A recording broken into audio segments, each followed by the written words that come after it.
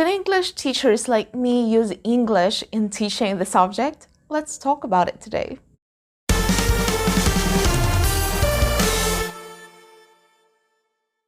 Before we dig into which language is applicable to use, especially in teaching English in classrooms, let's talk about first things that I think you have to know. First of all, we do have the bilingual policy in education here in the Philippines. We have the language provision in the 1987 Constitution of the Philippines. From Article 14, Sections 6 and 7, we have here the provisions for the legal basis for the various language policies that are being implemented in the country. Section 6, the national language of the Philippines is Filipino. As it evolves, it shall be further developed and enriched on the basis of existing Philippine and other languages. For purposes of communication and instruction, the official languages of the Philippines are Filipino and, until otherwise provided by law, English. Therefore, we are officially using two languages here in the Philippines. One is Filipino, the other one is English. Also, according to this, bilingual education in the Philippines is defined operationally as the separate use of Filipino and English as the media of instruction in specific subject areas, as embodied in Dex Order Number 25, Filipino, changed to Filipino in 1987, shall be used as medium of instruction in social studies or social sciences, music, arts, physical education, home economics, practical arts, and character education. English, on the other hand, is allocated to science, mathematics, and technology subjects.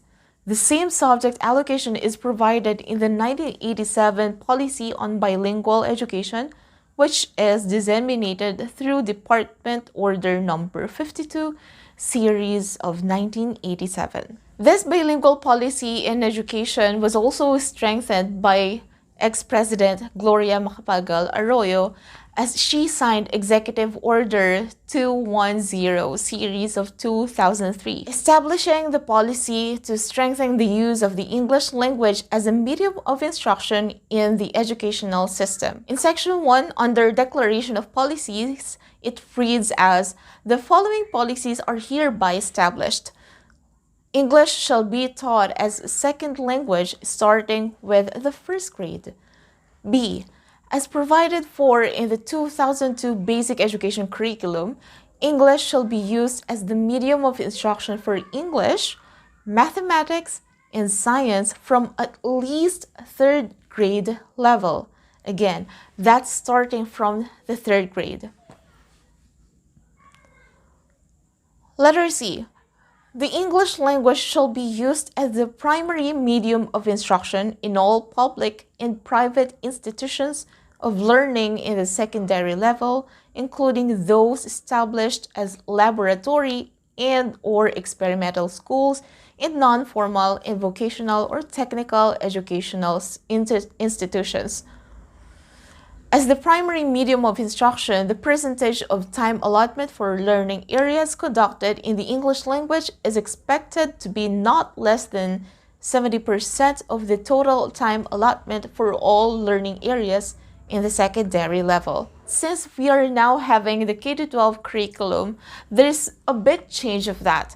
Because under the K-12 curriculum, first graders are not expected to learn English, as in English as the language.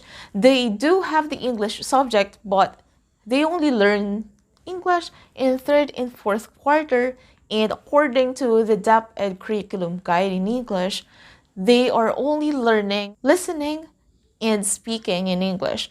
No writing yet, no alphabet first, because again, according to DepEd curriculum in English, learners start learning the English alphabet only in the second grade. Now, learners from the kindergarten until third grade are expected to learn their subjects, aside from English, in their mother tongue or in their first language. Now, starting from fourth grade, they are expected to learn some subject areas, not just English, using the English as medium of instruction. We're talking about science and mathematics here. While there's no direct statement yet whether the use of English as medium of instruction in teaching English is also in question or not, I still think that it's the best time to talk about this because as an English teacher, there's always a debate or an argument whether we have to use full English or English as the sole medium of instruction in classrooms, or should we use Taglish or the mixture of Tagalog and English? Now you might be thinking, why is this a question now? Don't we have the bilingual policy in education, which I've just mentioned? And this one was also strengthened by Executive Order number 210 series of 2003. So there should be no question at all in the use of English as medium of instruction, especially in teaching English as the subject. Well, I think it's about time to talk about this. Do English teachers really teach in classrooms using English as the sole medium of instruction?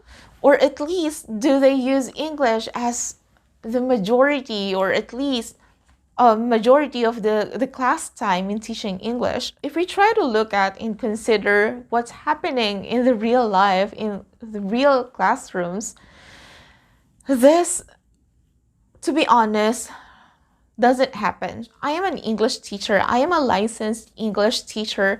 I taught for 2 years in a private school. I taught junior high school and senior high school. I also taught 2 years abroad. I taught ESL.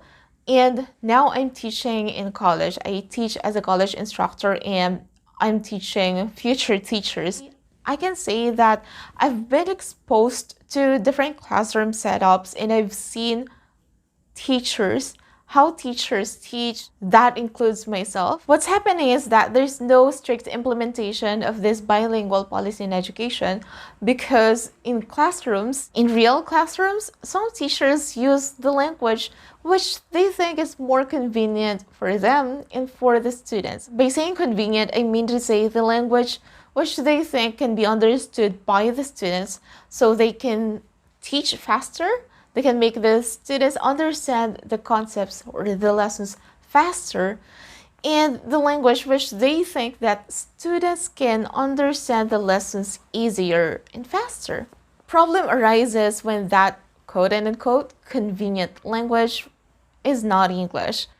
Problem arises when students cannot fully understand lessons if they're taught in English. One of the ways to solve that problem is to use the other language which can be easily understood by learners, which is their mother tongue, which in most cases is a Filipino. I remember when I was in my field study, we do have this field study where we go to public and private schools and we sit in the classroom. We don't teach, but we just observe the teachers. Well, one of those times, I had a conversation with one of the English teachers who I observed, and she told me that I should use Taglish or a mixture of Tagalog and English in teaching, even though I was about to teach junior high school students. She told me how students had difficulty understanding lessons when they are taught in full English. Being a student teacher at that time, that was very different from what I heard from my professors in college, right?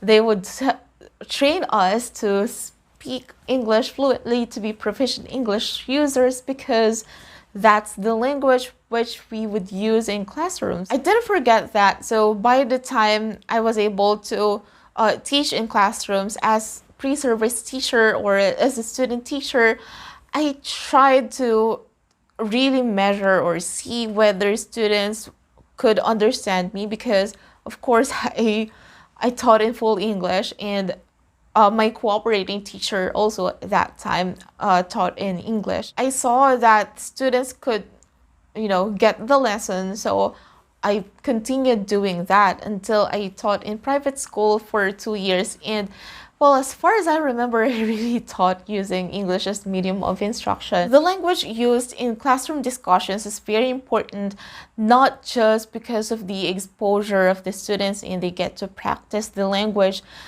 but considering as well the assessment later on. To be honest, I see that really this is one of the biggest problems. When there's a difference in the language used by the teacher in classroom discussions or in everyday conversations to the language which the subject is into. This is the main point of Alliance of Concerned Teachers, or the ACT party list. They said that President Bongbong Marcos should reconsider the language which is used in classroom discussions or in basic education. They said that they should start considering using Filipino as medium of instruction in teaching some core subjects and not English. Now, this is the main reason that I teach English using English as the medium of instruction, because I know that later on students would be assessed in that language as well. Even sometimes understanding simple directions like circle or underline phrases or verb phrases, sometimes students do have difficulty understanding them in major examinations, because during the classroom discussions, even simple instructions like that are translated into their mother tongue. Now I tried to look up for research conducted in the Philippines about the efficiency or the effectiveness of English as medium of instruction here in the Philippines, and I found some. Now, this is one of them. Its title is Medium of Instruction on Student Achievement in Confidence in English. This is research by Ms. Arian Chris E. Maramag Banalistas. This research was conducted in 2018, and according to this research, there's no significant difference on the student achievement in confidence in English if they are taught in English or in their mother tongue. In conducting this research, the researcher had two controlled groups. So one group is a group of students who had or were taught English using English as medium of instruction, or the English only class. The other one is the multilingual class. The other group was taught using not only English as the medium of instruction. The Philippines is known as a country where English is widely spoken. That's why we have very big BPO industry in the country. We also have the ESL industry in the country. I know a lot of foreigners who go here to study English because we do have here a lot of good and very effective English teachers. But let's talk about the Philippines' performance in global examinations or international examinations. The website English First posts ranking of countries where English is not spoken, it's the native language. They give English proficiency test and they rank countries where English is not spoken as the native or the first language. Let's talk about the Philippines ranking in the recent 5 years. In 2017, we were ranked 15th. In 2018, we were ranked 14th. In 2019, we were ranked 20th. In 2020, we were ranked 27th. And in 2021, we were ranked 18th.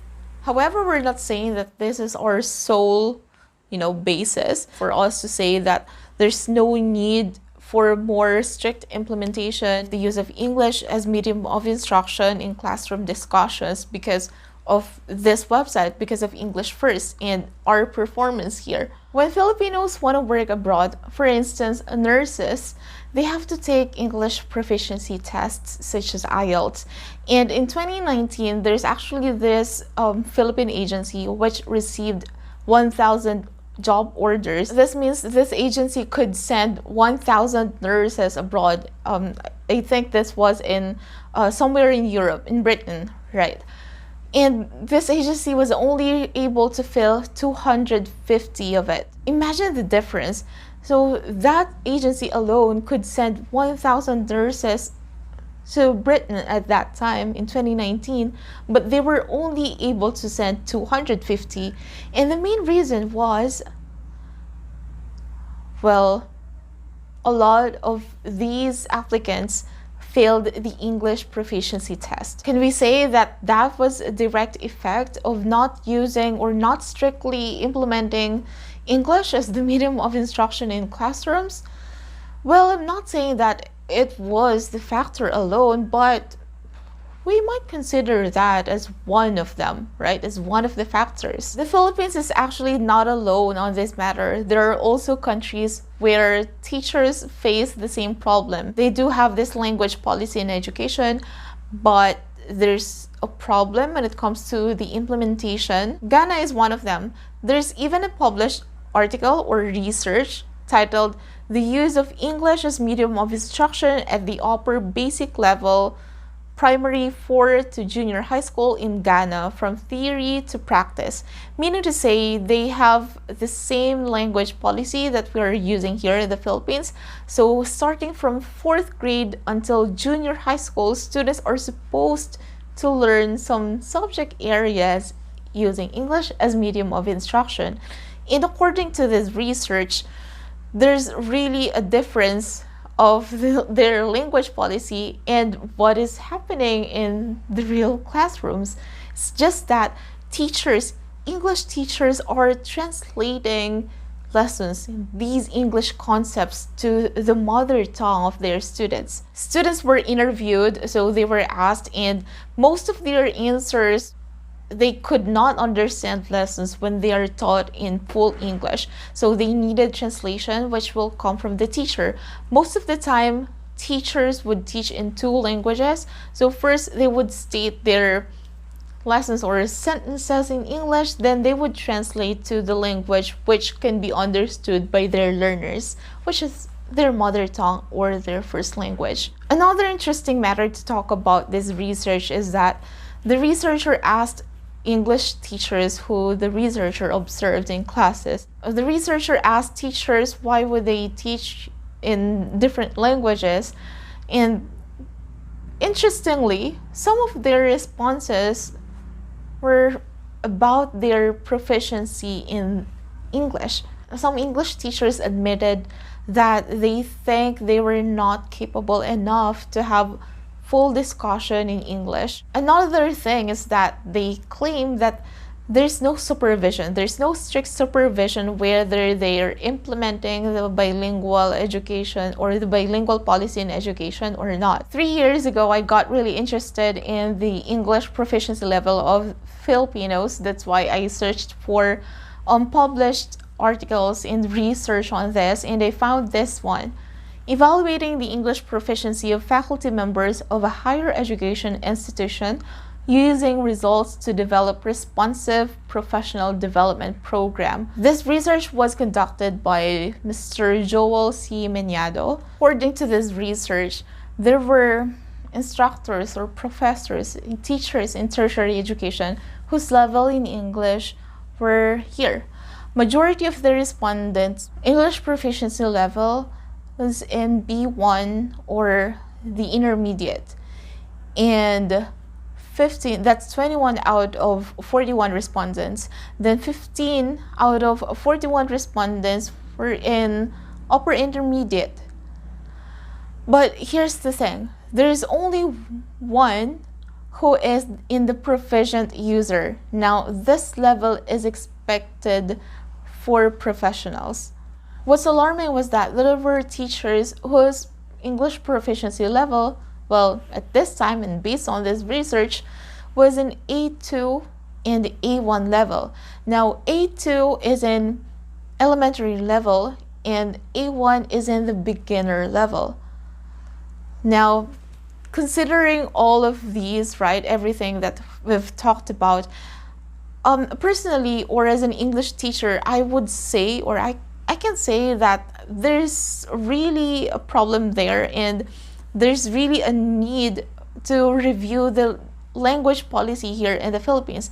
I mean, if we are to have the bilingual policy in education and use English as medium of instruction, especially in teaching English subject, then why not be strict in implementing it, right? Because there's a difference when teachers teach in Taglish, let's say for us Tagalog, when we teach in Taglish and we think that our students can understand the lesson. That's also what students can see, right? Coming from their perception, they think that they understand the lesson simply because they understand the language, because sometimes there's really a confusion there. They might think that they understand the lesson because they understand the language used, but when it comes to understanding the concepts, it's different. There's a problem when we use different language from what we use in class discussions and in our assessments. Well, our assessments in the Philippines are in English. This will lead me to my next question. Are we sure that all of us English teachers are ready and capable to hold or execute discussions in English? If there's a need, for example, some recalibration, why not propose programs? My last point is this.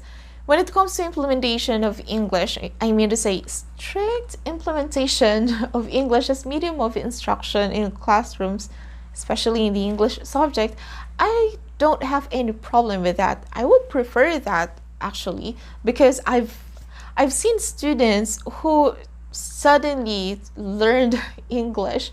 I mean, I taught ESL abroad, and I've seen students who learned English in their mother tongue, which was Korean, because I taught Korean students, suddenly learning English using the English language. I also believe that if we want our students to be proficient English users in the future, we have to start exposing them to the language, right? Why not give them opportunity to speak English in everyday discussions? Or why not give them, chance to listen to anything English? What if that time, their English time or English class is their only chance for them to use English and listen to something in English, right? Application still is the best way to go if we want our learners to really learn the language. How about you? I want to know your opinion on this. I want to know your say on this right there in the comments. Are you an adult? Are you still a student? Or are you already working? Which language do you think should be used in teaching English? I'll end this video for today. Thank you very much for watching until here. If you have suggestions, right there in the comments as well. Dream and make your dream happen. I'll see you next time. Bye!